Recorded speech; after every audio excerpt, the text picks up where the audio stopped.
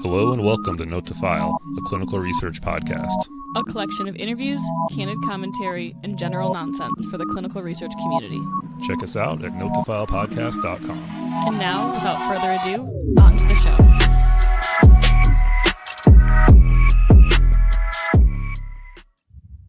All right, guys, welcome to another Note to File. Today is March 10th.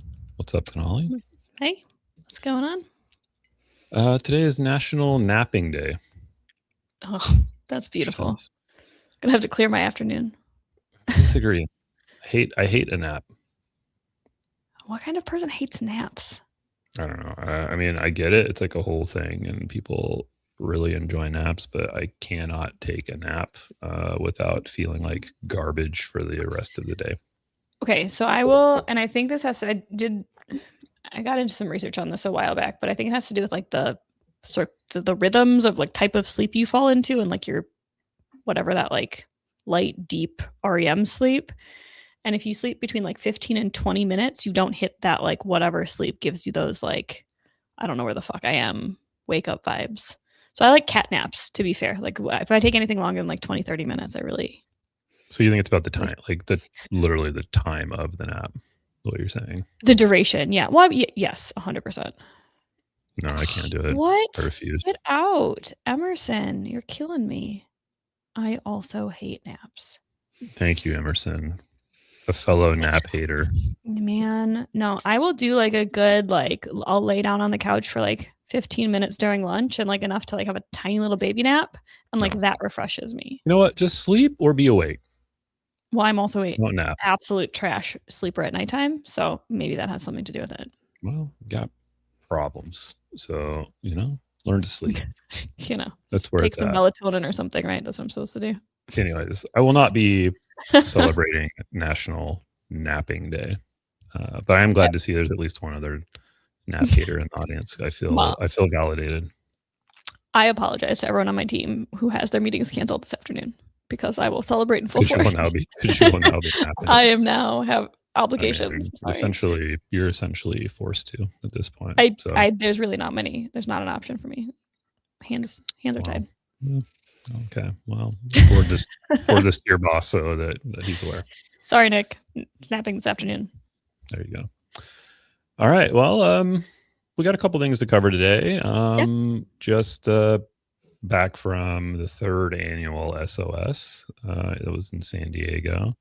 If you're in the comments and listening, let me know, what you thought about it.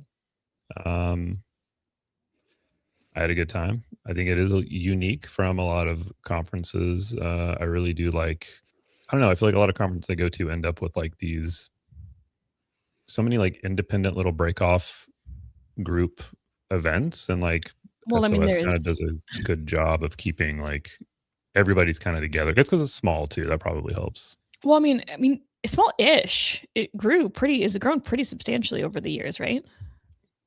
I mean, yeah, I wouldn't necessarily say it's like it hasn't blown up to something like we're not looking at scope or a DIA or something. It's not scope. There's not 5,000 people, but it has grown. I mean, I don't think it's quite doubled since the first year, but close. And we kind of capped off. We didn't quite hit the cap that we had set, which I think is honestly not a bad thing. Yeah. Well, I mean, it's kind of like ING and, like as well, where it's like you need to keep it small to keep the value of it at some level, because it becomes less what it is the bigger it gets. I mean, yes. It's sort of that, I don't know. It's always like, I like things when they're like small, and then as soon as they blow up, like I hate them. So it just becomes like so much more work to do and so much more. When did you stop liking Snow Patrol? That's my question. I never really liked Snow Patrol that much, even though that's like kind of in my wheelhouse of bands I should like, but never was a fan of Snow Patrol. One of my good friends, it was throughout like middle and high school, was very much like this, where she would like love bands, and as soon as like their second album came out and they were like a hit, she'd be like, I don't like them anymore. And I was like, well, I get the people's sounds change and you can like whatever get over things because their music changes or whatever, but just to like full stop no longer like them because other people liked them. So Curious. I know I've been there with several bands that once they got big. I've gotten better about it as I've gotten older. But I used to absolutely hate. You're I used the to hate same it when a band would like blow here, up, especially because like I found this band like 2 years ago and now everybody loves them. Damn it. right? I hate So it. SOS. Well, that's not the one I wanted to show. Hoping it's closer to the East Coast next year. Would love to attend. Which, depending on where on the East Coast, I think it was announced at the end that there's regional meetups that are coming up that are going to be in New York City and Miami. Yep. So, of Miami, course, New York. Next year's big event is in Austin. Not exactly East Coast, but Central though, certainly not West Coast. Yeah. more So central. that's something. I think you'll see more pick up with like the regionals. They're certainly smaller and like a different vibe, but I think still, well, maybe not a different vibe. Maybe it's a similar vibe, but certainly smaller. Just smaller, less. I mean, it's like a small chunk of time, not like sessions and whatever. It's more the networking stuff. I mean, what Emerson, what did you say? It was awesome for me. Made lots of friends. People were casual and interactions, which is nice. Not great at traditional networking, but I like to talk to people and get to know them. Is a good environment for that. I 1000% agree. So it was interesting. And you mentioned like keeping people together, right? Because I think you go to Scope, you go to DIA, you have like 1,001 different after parties at different venues and different locations, and you're RSVPing and you're jumping around and trying to figure out who's going to be where and what you're going to do. Where this was like one singular event. And I think it was interesting. I was talking to my team about it, and my marketing team was like, okay, which evening event should we host something? Should we do something and like do a thing? And I was like, no, that's not the vibe here. The vibe is like, we're all sticking together and we're just going to do this like casual, organic, natural conversation to just go talk to folks. And I think my team had a phenomenal time as well. I think it went really well for us from a sponsor perspective. And well. I would think, again, depending on what your business is, like as a vendor, I would think it would be great because you are dealing with a lot of smaller sites who still need a lot of the services that are out there. A lot of bigger sites are already locked into their stuff they're using. Just my guess. So probably at least get a little bit more interest from smaller, a lot of new sites even, and to Emerson's point, I think, the fact that it's very low key, right? It's not like, if you're amongst other site owners, you're not like, hey, let's do business, like there's no like selling. Yeah. There's no transaction. Like you're just there to connect and, talk about what works for you as a site, which I think takes a lot of pressure off of people who are networking, like you're talking to somebody who knows what you're dealing with, like actually not selling you on the idea that they know what you're dealing with every day. I mean, I would say that's just true from like put my vendor hat on, right? Like I think that's true for vendors too. Like we want to talk to sites who and like learn about what they're doing. If you're coming from the right perspective and you're not just trying to like push whatever your product, you want to have conversations, you want to hear what's going on in the marketplace, and this provides an opportunity where like you can actually just genuinely have some of those conversations without being like, I'm supposed to give you an answer to a problem you're having. To be like, hey, let's just talk. What are you doing? Like, let's have this conversation. And so we met some really cool folks, and I think to your point, I mean, specifically for the model that Viva's operating under in this perspective, right? Like if you have under 20 trials, the product is free. So we just had people signing up to be like, come sign up. Like, this is no pressure. It's like, not like I'm trying to be like, let's get you in and get you a deal and get you to like give us money. So it's more just like, I don't know. It was just a good vibe for us. Yeah, you are. That's the first step. That's like, the first step. Some free. Come and do some free stuff. And then months later, that's when it starts. It's literally what swag is. Yeah, that's right. All right. Well, yeah, it was great. Again, next year in Austin, we'll have some events in between now and then. And always curious to hear people's feedback, both good and bad. LinkedIn user said sup. I know that's you, Kelvin. So sup, man. How you doing? There's also still some surveys through the app that, we're keeping an eye on. So what session did you like the best? I don't know. I liked the FDA panel at the end because it was just pure chaos. And I think like, it's like the end, it's been a long couple of days.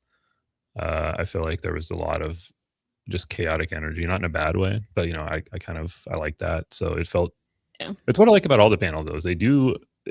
It's sort of it's a fine line because I do think it's easy because things get a little bit off the rails sometimes, but I also appreciate that because it's like we're not trying to present a pre-written panel to the audience. It's meant to be like stand up, talk about what you want to hear, go from there. But that also opens itself up to things like not necessarily being super focused all the time. Um, but again, for me, like I like that. And then, it's almost like the panels are not long enough because there's so much that doesn't get answered or addressed. But I think that's nice because then when that's over, we try to leave gaps in between everything so that like you can get outside, you can continue the conversation, Hmm. you can go from there. So I Well, like that about it. I mean, even Dan had a comment. He was like, "Oh, yeah, we found a panel topic for next year." Like, you know what I mean? Yeah, Like, yeah. not just like the conversation continued. It went in different directions. And I remember this from last year too. But I think like the audience participation is not even just like the panel sort of like bouncing around. Like it's like people are coming up and being like, I have a question, I want to ask it. And people aren't shy about asking it. And I feel like in other conference venues, either questions or not, it's like at the end when everyone's like, okay, we have 5 minutes for questions. And it's, no one's really answering it. It's people are like, no, you said that and it's wrong. Like there's a level Yeah, of right, like, right, right. I don't know, not conflict. That's not the right word, but like I think it's an environment I hope that we're creating where you can challenge each other a little dialogue. bit. Yeah. Like not get into straight up arguments, but actually be like, no, actually it's this and not that. And some of these things don't have, Right clear or objective wrongs. answers, but Yeah. that's also part of the fun. And, if you run a site, that there's dozens of ways like to accomplish more or less the same thing. Yeah. And I appreciate like all the inputs I can get when it comes to that because I'm like, oh, Mhm. maybe I'm doing it wrong. I want to try it that way.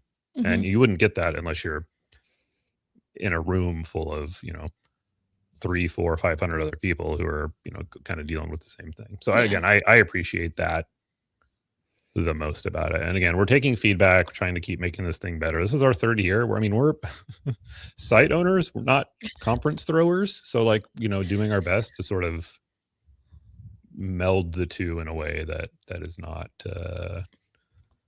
it's a good event, right? Trying to make it a good event, but not over engineer the whole thing either. Yeah. So Balance. balance, that's the key to most things. This is true. So all right, we'll rock and roll. And there's a couple articles to talk about.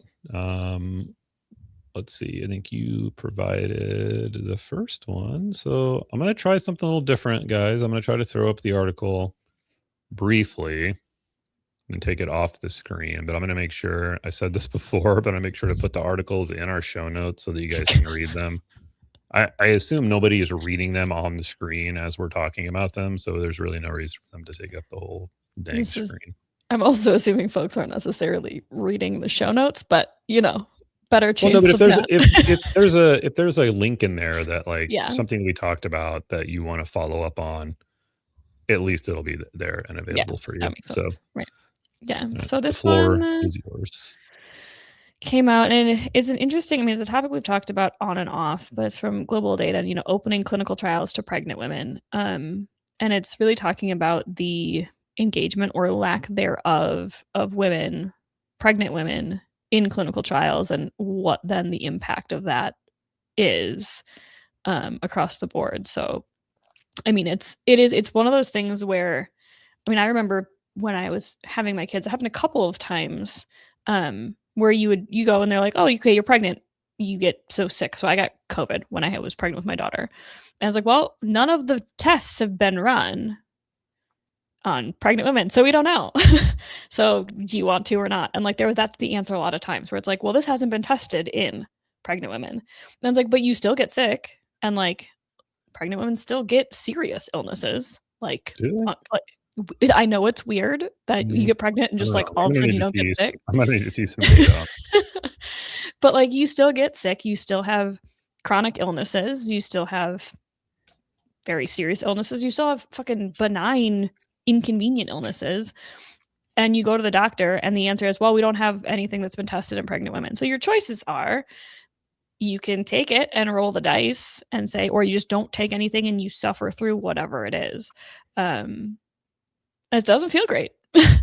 And I mean, I think it's an interesting concept because I do understand, right? Like, they're pregnant women are classified as a vulnerable population. There's a lot more complexities involved in it when you're looking at, obviously, like, drugs are processed, metabolized different in men and women, period. And then you take pregnancy into consideration. That's going to change also into some of that, like how you're handling the medication and how it's being processed by the body. So it, like, compounds the scientific evaluation a little bit, I'd imagine, but we still need to study it. Like, Yeah, I will say, like, every time we see a protocol, I mean, I've never seen a protocol that did not exclude pregnant or breastfeeding women. According to the article, 4% of clinical trials over the past decade allowed the inclusion of pregnant women. And I'm going to go out on a limb and guess those were maybe, specific. Literally about pregnancy. Yeah, right. May have been very specific to pregnancy, or, yeah. So, I mean, pregnancy related things specifically, like preeclampsia and shit. Sure. So, I mean, it is pretty, that is pretty shocking. And that's an extremely, well, I mean, it wasn't until 93 that women had to be included in clinical trials, full stop, right? So, like, I don't know, mathing it here, but 30 years, right? Like, that women were even included in clinical trials. So, like, to design, etc., ones that were grandfathered in, let alone pregnant women who, again, I understand, like, the science and analysis of it makes it more complex, but, like, it's still pretty fucked up. Like, that's a big percentage of our population that does this, and we haven't included any, I don't know, evaluation of them in these studies and the medications that they are either prescribing or just not using. Yeah, no, it is weird. And then, so yeah, I guess we'll see. What was the actual, like, I mean, there wasn't, they moved it more to, like, an interview, and they started talking about inclusion of, like, women, and are there other populations of women that aren't included, and what else, excludes women outside of even just I&E criteria. And you're talking about, what it means to be a primary caregiver, and, or God forbid, a primary caregiver and working woman, and how do you then balance participation in trials with balancing things. I think the other piece they talk about as well is that obviously this is disproportionately affecting women of color as well. So then, not even like white women who aren't in trials, but, like, especially if you are a woman of color, like, this is the percentage of you being in a trial is even significantly less, let alone pregnant, right? Yeah. But, I mean, it looks like one of the things it does mention is the World Health Organization establishing a global task force to tackle this with the aim of achieving timely and ethical inclusion of pregnant, I can't talk, and breastfeeding women in clinical research for medical health products by 2030. Well, for those of us who are part of WHO. So. I was going to say, we're not. I guess we're not part of that anymore. So, and what is that? I mean, I appreciate it. I think that's great. I'm glad we're making efforts, which is, maybe we're making progress because no one's slowing it down. But I think that's great. I'm excited. But then what does that actually mean? You know what I'm saying? Like, we create the task force. What is? Time will tell. But there's a task force. So rest assured. There'll be guidelines. A task from force. The task force. full of men, probably. There's a hilarious picture, and I mean hilarious in, like, the laugh so you don't cry type of way, of I don't remember which administration it was, sometime in the last 15 years, where it was like a women's health board, like, government policy meeting, and it was literally all men sitting in it. I'll have to find the picture. It's just super, super duper. I believe it. All right, we had another one queued up for clinical tri supply model, but frankly, that's super boring to me. So, we're going to talk a little bit about we got some anonymous information about, I don't know, you know more about this than I do. About an SMO who's sort of I don't know, shut down like a big portion of their Well, business without yeah. informing PIs or sponsors? So I don't know, maybe you can talk more about it. I did I find a mean, Reddit post that references it, but I'll let well, you pull set up it the up a little Reddit bit. post because all about the Reddit. But I think basically it was like a hey, like there's SMO who basically pulled out of a bunch of trials blindly. And I was curious because like I think there's a lot of situations that maybe could cause that, but just like it seemed odd to be like, what do? You pull out and then you leave PIs or the sponsors high and dry as far as like how they're going to actually run and operate, which is interesting. I heard someone posed a question. I was like, oh, that's fascinating. Like, let me dig into it. There's nothing, and then lo and behold, after a little bit of like searching, Reddit popped up, being like, hey, has anyone heard about this? And looks like there was a little bit of information in the Reddit post. Yeah, very little. I mean, it's somebody on a burner account asking if they've heard of this small CMO or SMO rather, Mhm. called Next Stage Clinical Research. Mostly have people denying ever even being familiar with its existence. Their Or website's looking pretty for gossip. yeah, well, all right. Their website's pretty benign. I mean, they look like a normal sort of SMO, maybe IRO type model. Yeah. If you're watching this and you like posted, seems like you got some information in your DMs. So I'd be very curious to know. And then, one somewhat helpful comment saying they've shuttered all research outside of cardiology, prepared to be very well run. But my understanding from again, sort of anonymous source was that it left a bunch of PIs and sponsors scrambling to like pick up the slack from these other trials that weren't cardiology. Well, Uh, yeah, which and I think like if you're presents a very interesting question about these models, right? Where like, and look, I run a model that's not that's necessarily so I was dissimilar. gonna ask you, like, how does this because this kind of seems like what you're doing. Like, Yeah. I mean, my model's not dissimilar, and I think that's a risk. Well, not for me because I mean, can't I can't imagine a world where I just like pull up and be like, peace, good luck to everybody right. involved. But as SMOs, IROs, whatever, I mean, we're often the ones, signing the contracts with these sponsors, the PI will also sign. But I think there sometimes becomes a question then of like who's really legally responsible. I'm sure if Darshan Yeah. or Evie were listening, we would get, I mean, it is an two interesting different concept though, answers. because you have the healthcare delivery organization, the site, the system. You have the PI who's responsible medically, and then you have the SMO IRO research organization. And so you basically have this like hydra to say then who's on the hook for it. Should something go wrong, I guess is the bigger question. Like there's something goes But sideways, but also like who's responsible for owning it, maintaining it? Hey, I want to take it. Does it go with the PI? Does it stay with the health system? Can you take it somewhere else? Like, how does that all work? Is it, I mean, it probably depends on the agreements. I think it depends on a lot of things. I think the bigger concern for me is just that you've got these big, you know, and I don't know about this group. I haven't looked that far into I'm them. not familiar with them. I don't know if they're independent. I don't know if they're backed by somebody. If you They're look at some private. of They're their, not PE. I looked into that because okay, interesting. I Okay. find that particular thread to pull quite Well, of fascinating. course. Yeah, of course. But I mean, I think it begs a bigger question too. Like if these groups struggle, what do companies do? They lay people off. Well, if you're laying people off, you might be cutting, relationships with PIs or with studies and leaving research patients out to dry. So like, what does that mean when, I mean, let's be honest, we've seen all this M&A, we've seen all this growth in the space. They're not all going to succeed. A lot of them are not going to succeed. Right. So where does that leave it when they're like, you know what, we're done here. We're going to stop supporting you. And now the PI is left holding the bag. I don't know. I think it's interesting, and I doubt it's the Well, first time.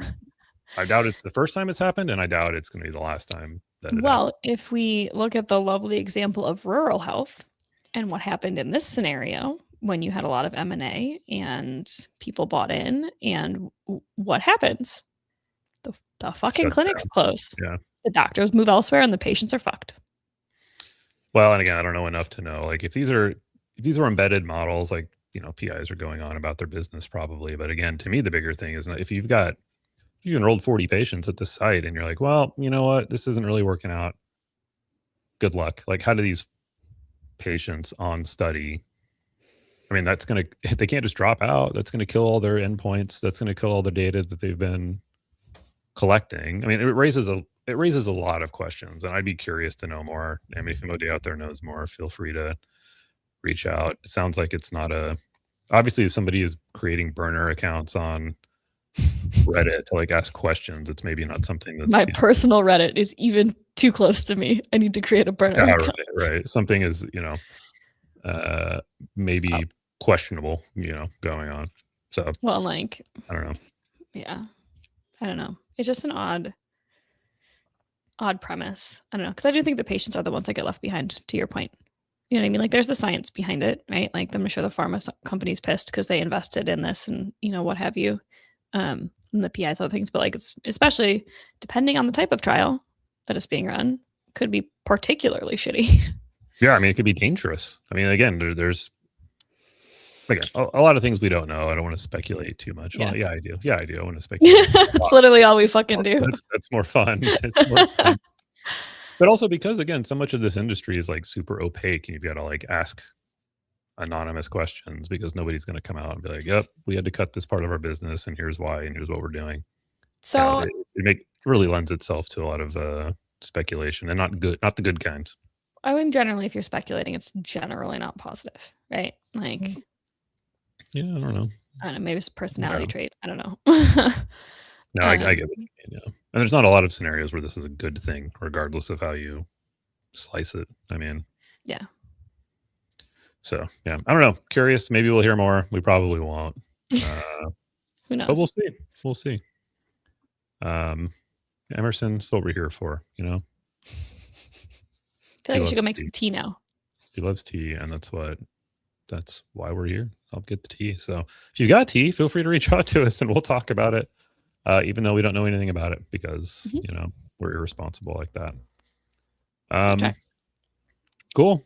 No sticky notes, no episode Thursday. I'll be out of town, but we should be back next week. Yeah, next week, Tuesday. We're still looking to book guests throughout the spring. It is spring. Is it spring? I think March 23rd, end of March. Yeah. I don't know. So we've got a little bit of a list. If there's people you guys want to see come on or you want to come on, I've got a few of you on my list already that we'll be reaching out to. Hoping to get some more interviews on so you don't just have to listen to us babble the whole time. Even though this is obviously maybe the single greatest podcast that's ever existed. I mean, top tier media coverage. I think this is. We can mix it up a little bit. Cool. Very good. You got anything else? No. See you next Tuesday. See you next Tuesday. All right. Later, guys. See ya. Thanks for listening to Note to File. We're committed to continuing to bring you independent and unfiltered coverage of the clinical trial industry. We want to talk about what you want to hear. So if you have something on your mind, hit us up at notetofilepodcast.com.